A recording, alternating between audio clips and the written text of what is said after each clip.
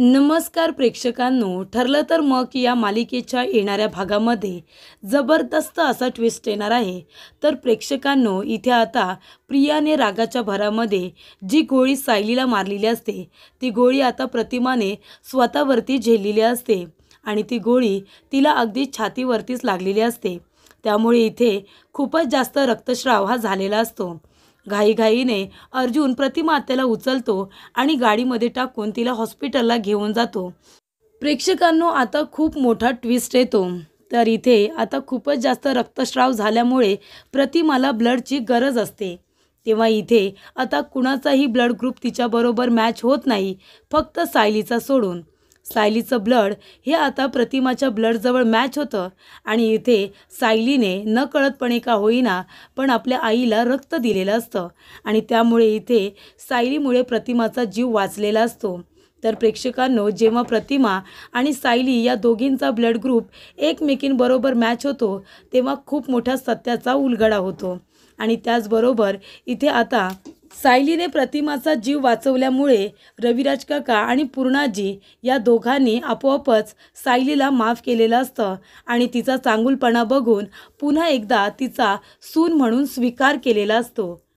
तर प्रेक्षकांनो, इथे प्रतिमाच्या आता हॉस्पिटलमध्ये कशा पद्धतीने ट्रीटमेंट केली जाते आणि सायली आपलं ब्लड हे प्रतिमाला देते आणि सगळेजण आता सायलीचा सून म्हणून स्वीकार करतात आणि त्याचबरोबर प्रियाचा खरा चेहरा सगळ्यांच्या समोर कशा पद्धतीने येतो आजच्या भागामध्ये सविस्तरपणे आपण बघूया। तर इथे प्रेक्षकांनो, अर्जुन आणि प्रियाचं लग्न आता काही झाल्या होणार तर नसतंच, कारण सायली आणि अर्जुन हे दोघे जण एकत्र येणारच असतात। प्रियाने किती जरी प्रयत्न केले तरीसुद्धा त्या दोघांना कुणीही एकमेकांपासून वेगळं करू शकणार नाही, हे भाकीतच करण्यात आलेलं असतं। जेव्हा इथे माई संगीत सोहळ्यामध्ये आलेले असतात तेव्हाच त्या म्हणालेल्या असतात की लग्न तर तन्वी आणि अर्जुनचंच होणार, कुठली तिसरी व्यक्ती त्या दोघांना एकमेकांपासून वेगळं करू शकत नाही। आणि प्रेक्षकांनो, आपल्या सगळ्यांना तर माहितीच आहे खरी तन्वी कोण आहे ते। खरी तन्वी ही सायलीच असल्यामुळे आता माईने जे भाकीत केलेलं असतं की खऱ्या तन्वीचं आणि अर्जुनचं लग्न होणार, अगदी तसंच होणार असतं। इथे प्रियाने खूप कट कारस्थानं केलेली असतात अर्जुन आणि सायली या दोघांना वेगळं करून अर्जुन बरोबर लग्न करण्यासाठी तिने इतके प्रयत्न केलेले असतात। अक्षरशः इथे तिने पूर्णाजीला आजारी पडायला सांगितलेलं असतं आणि अर्जुनला इमोशनली ब्लॅकमेल करून अर्जुनकडून लग्नासाठी वचन घ्यायला सांगितलेलं असतं। आणि प्रेक्षकांनो, एवढं सगळं करूनसुद्धा इथे प्रियाचं मन भरत नाही। ते आधी पनवेलमध्ये लग्न ठरलेलं असतं, ते आता पनवेलमध्ये न करता नाशिकमध्ये करण्याची इच्छा व्यक्त करते। तरीसुद्धा तिथे सायली जाते म्हणून तिने आता पुन्हा एकदा पनवेलमध्येच लग्न करायचं असं सांगितलेलं असतं। पण इथे ठिकाण मात्र आता वेगळं असतं, ते म्हणजे साक्षीचं फार्म हाऊस। तर इथे सायली आता लग्नाच्या मंडपातसुद्धा गेलेली असते आणि तिथे गेल्यानंतर तिने स्पष्टपणे सांगितलेलं असतं की मी अर्जुन सरांची बायको आहे आणि मी बायको असताना अर्जुन सर एका दुसऱ्या मुलीबरोबर कसं काय लग्न करू शकतात। तेव्हा प्रिया म्हणते की तुझा आणि अर्जुनचा डिवोर्स झाला आहे। तेव्हा सायली म्हणते, कुणी सांगितलं माझा आणि अर्जुन सरांचा डिवोर्स झाला आहे? कोर्टामध्ये अजून आम्ही गेलोच नाही आणि एकमेकांनी सांगितलंच नाही की आम्हाला वेगळं व्हायचं आहे, तर आमचा डिवोर्स होऊच कसा शकतो। तेव्हा सायली म्हणत असते की अर्जुन सर, मी तुमची बायको असताना तुम्ही एका दुसऱ्या मुलीबरोबर कसं काय लग्न करू शकता। तेव्हा प्रियाला खूपच जास्त राग येतो आणि ती म्हणते, आत्ताच्या आत्ता इथून चालती हो, कळलं ना। सगळेजण इथे आता लोक जे लग्नाला आलेले असतात सगळेजण चर्चा करत असतात की हे काय चाललंय, म्हणजे जर अर्जुनचं सायलीबरोबर लग्न आधीच झालंय तर मग एक बायको असताना एका दुसऱ्या मुलीबरोबर अर्जुन कसं काय लग्न करू शकतो आणि ही मुलगी तरी कशी काय तयार झाली। सगळेजण इथे आता सुभेदारांना प्रश्न विचारत असतात की हे सगळं काय चाललंय।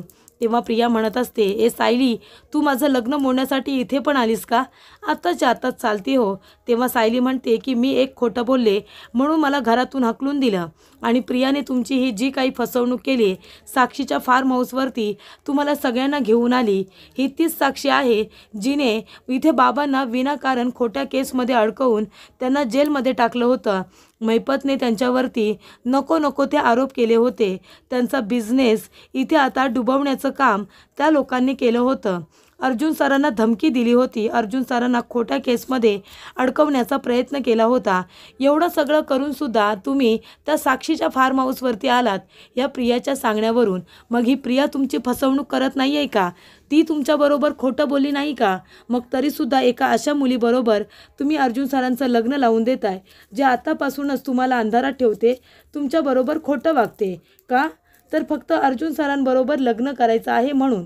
तेव्हा इकडे आता सगळ्यांच्या पायाखालची जमीन सरकलेली असते जेव्हा त्यांना कळतं की ते फार्म हाऊस साक्षी शिखरेचं आहे.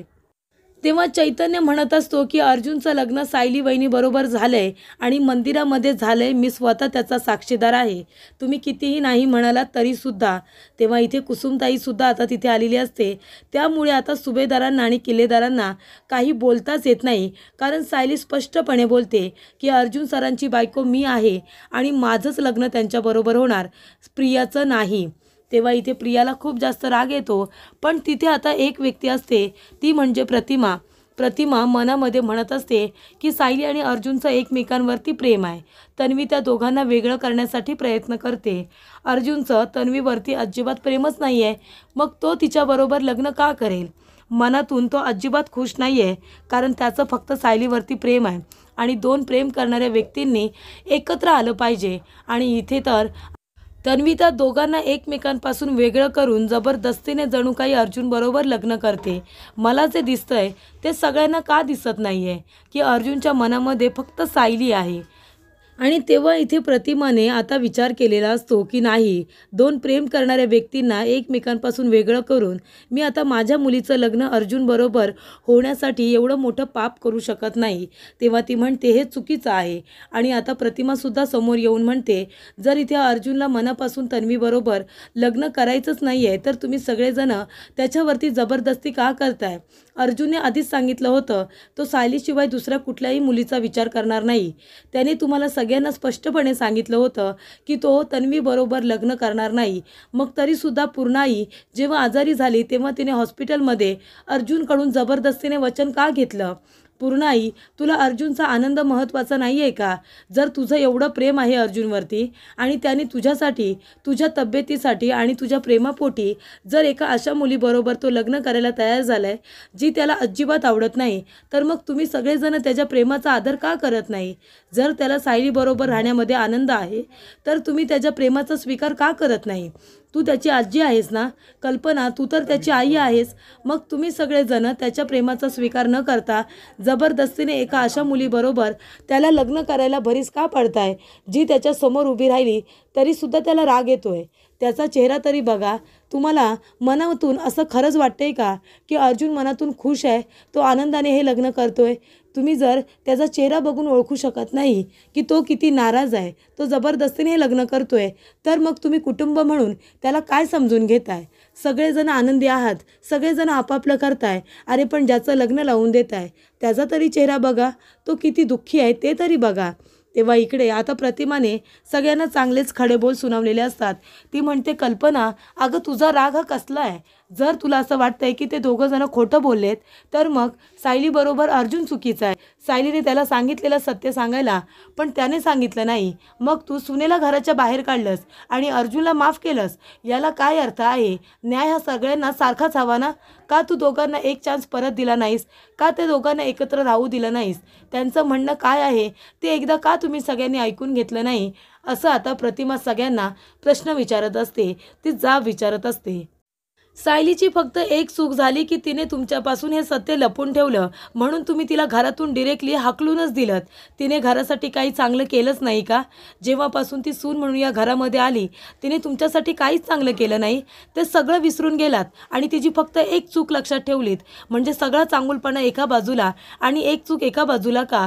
मग आता तन्वीने एवढी मोठी चूक केली, तुम्हाला सगळ्यांना अंधारात ठेवून तिने साक्षी शिखरेच्या फार्म हाऊसवरती लग्न करण्याचा निर्णय घेतला. मग आता ह्याच्यावरती तुमचं काय म्हणणं आहे? तिने तुम्हाला फसवलं नाही, तिने तुमच्यापासून सत्य लपवलं नाही, मग आता तुमचं काय म्हणणं आहे? तिलासुद्धा या मंडपातून हकलून द्याल का? असं प्रतिमा विचारते. तेव्हा इथे पूर्णाजी, कल्पना सगळेजण तोंडावरती पडल्यासारखे गप्प बसलेले असतात. प्रतिमा म्हणते, मला हे मान्य नाही आहे. माझ्या मुलीच्या फक्त एकटीच्या आनंदासाठी मी 2 प्रेम करणाऱ्या मुलांना एकमेकांपासून वेगळं नाही करू शकत. सायलीसुद्धा मला मुलीसारखीच आहे. सायली जेव्हा मला घरी घेऊन आली, सगळेजण किती कौतुक करत होता. सगळ्यांना सायली खूप महत्त्वाची वाटत होती आणि सायलीने फक्त एक सत्य काय लपवलं, तर तुम्ही सगळ्यांनी तिला चुकीचं ठरवलं, तिला वाईट ठरवलं. या सगळ्याला काही अर्थ आहे का, असं आता प्रतिमा विचारते. सायलीला एक चान्स का दिला नाही? तिला एका चुकीसाठी माफ का केलं नाही? ती बाहेरची आहे म्हणून? तेव्हा इथे आता पूर्णाजी तर गप्पच बसलेली असते.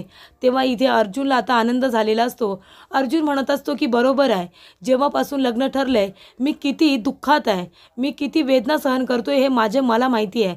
पण तुम्हाला कुणालाच माझं हे दुःख कळलं नाही. सगळेजण इथे लग्नामध्ये सगळेजण सेलिब्रेशन करताय, पण माझ्याबरोबर कुणीही वेळ घालवला नाही. मला काय वाटतं याचा विचार केला नाही. पण आता बास झालं. आता मलासुद्धा हे लग्न करायचं नाही आहे. मी एका वचनासाठी मी माझं आयुष्य उद्ध्वस्त नाही करू शकत. जर पूर्णाजीला इथे स्वतःचं पडलंय, तिला फक्त या घरामध्ये तन्वी सून म्हणून यायला हवंय म्हणून ती हे सगळं करते आणि माझ्या प्रेमाचा ती आदर करत नाही आहे, तर मलासुद्धा हे वचन पूर्ण करायचं नाही आहे. मी सुद्धा आत्ताच्या आता हे वचन मोडतोय आणि सायलीबरोबर लग्न करतोय.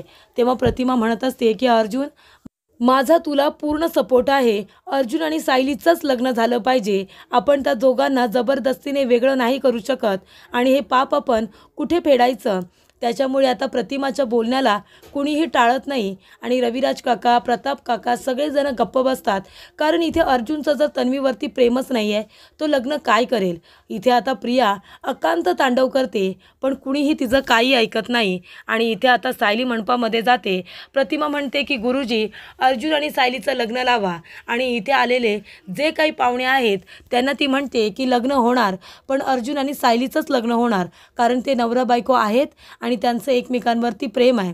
आणि तन्वी, तू एका अशा मुलाबरोबर लग्न करतेस जो कधीच तुला बायकोचा दर्जा देऊ शकत नाही, कधीच तुझ्यावरती प्रेम करू शकत नाही आणि त्याच्या आयुष्यामध्ये सायलीची जागा जी आहे ती तुला तो कधीच देऊ शकत नाही. तेव्हा इथे लग्न आता व्यवस्थित पार पडतं. प्रियाला खूप जास्त राग येतो आणि आता रागाच्या भरामध्ये ती इथे सिक्युरिटी गार्डकडून आता बंदूक घेऊन ती सायलीला गोळी मारत असते. पण इथे सायलीला लागणारी गोळी प्रतिमाने स्वतः छातीवरती झेलत आपल्या मुलीचा नकळतपणे का होईना पण जीव वाचवलेला असतो. तेव्हा इकडे आता लग्न तर व्यवस्थित पार पडलेलं असतं. हार घातलेले असतात एकमेकांना. त्याचबरोबर इथे अर्जुनने मंगळसूत्र घातलेलं असतं सायलीला. सप्तपदी झालेले असतात. त्याच्यानंतरला मोठ्यांचा आशीर्वाद घेत असतानाच इथे आता प्रिया तिला गोळी मारते आणि त्याचबरोबर ती गोळी आता प्रतिमाला लागते. प्रतिमाला अर्जुन लगेचच हॉस्पिटलला घेऊन जातो. रविराज काका प्रियाच्या जोरदार थोबाडीत देतात आणि म्हणतात, तन्वी अगं काय केलंस तू? हे एवढी मोठी चूक. त्यानंतरला पूर्णाजीला तर खूप मोठा धक्का बसतो. तेव्हा इथे अर्जुन धावत पळत येतो आणि प्रतिमाला घेऊन हॉस्पिटलला जातो. प्रतिमाला हॉस्पिटलला घेऊन गेल्यानंतर इथे अश्विनने सगळी एमर्जन्सीमध्ये तयारी करून ठेवलेली असते. गोळी लागल्यामुळे खूपच जास्त रक्तस्राव झालेला असतो आणि तिला आता ब्लड हवं असतं. तेव्हा ब्लड बँकेमध्ये चेक केलं जातं, तर तिला ब्लड काही मिळत नसतं, कारण तिचं ब्लड ग्रुप खूपच जास्त रेअर असल्यामुळे आता प्रत्येक ब्लड बँकेमध्ये ते अवेलेबल नसतं. तेव्हा इकडे सायलीसुद्धा आता आलेली असते. तेव्हा सायलीला कळतं की प्रतिमाला ब्लडची गरज आहे. तर तिथे प्रिया तर काही येतच नाही, कारण तिला कुणी घेऊनच येत नाही, कारण तिच्या हातूनच किती मोठी चूक घडलेली असते. तेव्हा इकडे आता रविराज काका म्हणतात की तुझं तोंड घेऊन तिथे अजिबात यायचं नाही. आणि इथे आता प्रिया तर आलेली नसते, पण इथे प्रेक्षकांनो तसं पण प्रियाचं ब्लड ग्रुप सायलीबरोबर आणि प्रतिमाबरोबर कधी मॅच होणारच नसतं, कारण ती त्यांची कुणीच नसते. तेव्हा सायली म्हणत असते की मागच्या वेळेला जेव्हा माझा अपघात घडला होता तेव्हा मला प्रतिमा आत्यांनी रक्त दिलं होतं, मग माझं तर त्यांना चालेलच ना. तेव्हा डॉक्टर म्हणतात नक्कीच चालेल, तुम्ही लवकरात लवकर या, तरीसुद्धा तुमचं ब्लड चेक केलं जाईल आणि त्याच्यानंतरच ते प्रतिमा यांना दिलं जाईल. त्यानंतरला सायलीचं ब्लड ग्रुप चेक केलं जातं आणि ते प्रतिमा आत्याला दिलं जातं. प्रतिमा आत्याचा जीव हा सायलीने रक्त दिल्यामुळेच आता वाचलेला असतो। तेव्हा इथे अश्विनी येतो आणि म्हणतो की प्रतिमा आत्यांना योग्य वेळी सायली वहिनीने रक्त दिलं म्हणून तिचा जीव वाचलेला आहे, धोका आता टळलाय। या वेळेला सुद्धा सायली वहिनीने योग्य वेळेवरती येऊन आपल्या सगळ्यांचीच जणू काही मदत केली आहे, तिच्यामुळे प्रतिमा आत्याचा जीव वाचलेला आहे। तेव्हा इथे रविराज काका आणि पूर्णाजी यांना खूपच जास्त आनंद या गोष्टीचा होतो की सायलीला आपण कितीही वाईट साईड बोललो तरीसुद्धा सायलीने आपला चांगुलपणा कधी सोडलेला नाही आहे। इथे सायलीने पुन्हा एकदा आपल्या सगळ्यांना कर्जामध्येच ठेवलं, तिने येऊनच इथे प्रतिमाचा जीव वाचवलेला आहे। तर इथे प्रतिमाने आईचं कर्तव्य पूर्ण केलेलं असतं, न कळतपणे का होईना पण अर्जुन आणि सायलीला तिने एकत्र आणलेलंच असतं, म्हणजे खऱ्या तन्वीला आणि अर्जुनला तिने एकत्र आणलेलं असतं। आणि त्याचबरोबर इथे आता सायलीने सुद्धा आपल्या मुलीचं कर्तव्य पूर्ण करत तिला रक्त देत आपल्या आईचा जीव वाचवलेला असतो। त्याच्यामुळे इथे पूर्णाजी आणि त्याचबरोबर रविराज काका सगळेजण आता सायलीचे आभार मानत असतात। तेव्हा इथे सायली म्हणालेली असते की मला फक्त सुभेदारांच्या घरामध्ये जायचं आहे, सगळेजण माझ्यावरती जे काही रागवलेत ना त्या सगळ्यांची मनं मी पुन्हा एकदा जिंकणार आणि ते केल्यापासून मला कुणीही अडवू शकणार नाही, फक्त मला सुभेदारांच्या घरामध्ये एकदा एंट्री मिळू दे असं सायली म्हणालेली असते। आणि तेच होतं, म्हणजे सायली अजून घरामध्ये गेलेली पण नसते, फक्त लग्न झालेलं असतं तरच इथे तिने प्रतिमा आत्याला रक्त देऊन सगळ्यांना इम्प्रेस केलेलं असतं। तर इथे पूर्णाजीला असं वाटतं की सायलीने माझ्या मुलीचा जीव वाचवलेला आहे, म्हणजे जी तन्वी जिला सगळेजण डोक्यावरती घेत होते तिने एवढा मोठा गुन्हा केला की तिने सायलीला गोळी मारता मारता ती गोळी प्रतिमाला लागली आणि इथे प्रतिमाचा जीव हा धोक्यात आलेला असतो। पण इथे सायलीने तिला रक्त दिल्यानंतर प्रतिमाचा जीव हा वाचलेला असतो। तेव्हा अस्मिता म्हणत असते काही तन्वी एवढा कुणाला राग येतो का, एखाद्या माणसाचा रागाच्या भरामध्ये जीव घेणार का ती? आता बघितलं ना किती मोठं नुकसान झालं असतं, म्हणजे सायलीला गोळी मारत होती पण ती गोळी प्रतिमा आत्याला लागली, जर प्रतिमा आत्याच्या जीवाचं काही बरं वाईट झालं असतं तर? तेव्हा इकडे आता सगळ्यांना खूपच मोठा धक्का बसतो। खरंच जर प्रतिमाला काही झालं असतं तर केवढं मोठं नुकसान झालं असतं।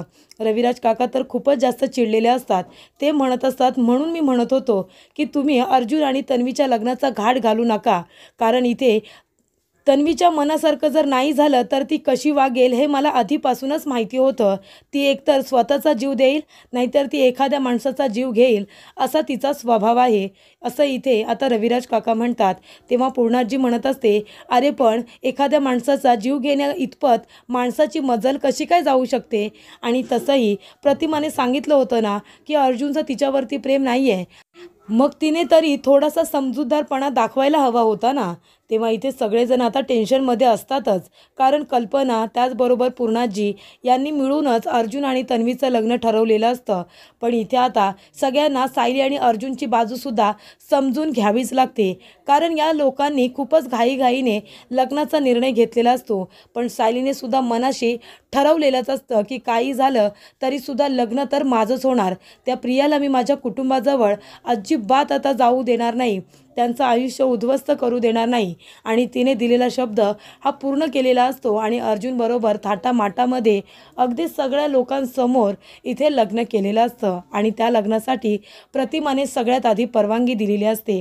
तेव्हा इकडे अर्जुन म्हणत असतो बघितलात ना, सायलीच्या मनाचा मोठेपणा बघितलात, इथे सायली आली आणि तिने आत्याला रक्त दिलं आणि तुम्ही एका अशा मुलीबरोबर माझं जबरदस्तीने लग्न लावून देत होता, जी मुलगी माझ्या नजरेसमोर सुद्धा मला नको असते, तरीसुद्धा तुम्ही सगळ्यांनी माझ्या मनाचा विचार केला नाही आणि जबरदस्तीने माझं तन्वीबरोबर लग्न लावून देत होता, जी बाई एखाद्या माणसाचा जीव घेताना एकदासुद्धा विचार करत नाही, एका अशा मुलीबरोबर ती तुम्हाला सून म्हणून सुभेदारांची हवी होती आणि सायलीने फक्त एक सत्य काय लपवून ठेवलं, तर तुम्ही सगळ्यांनी तिला घरातून हकलून दिलात, तिचा चांगुलपणा विसरलात आणि तिने ते सत्य तुमच्यापासून लपवून ठेवलं, कारण तिला तुम्हाला त्रास द्यायचा नव्हता म्हणून। आणि नंतरला ते आमच्यासाठी महत्त्वाचं नव्हतं, कारण आमच्या दोघांचं नातं त्या सगळ्याच्या पलीकडचं होतं, प्रेमाचं होतं, विश्वासाचं होतं।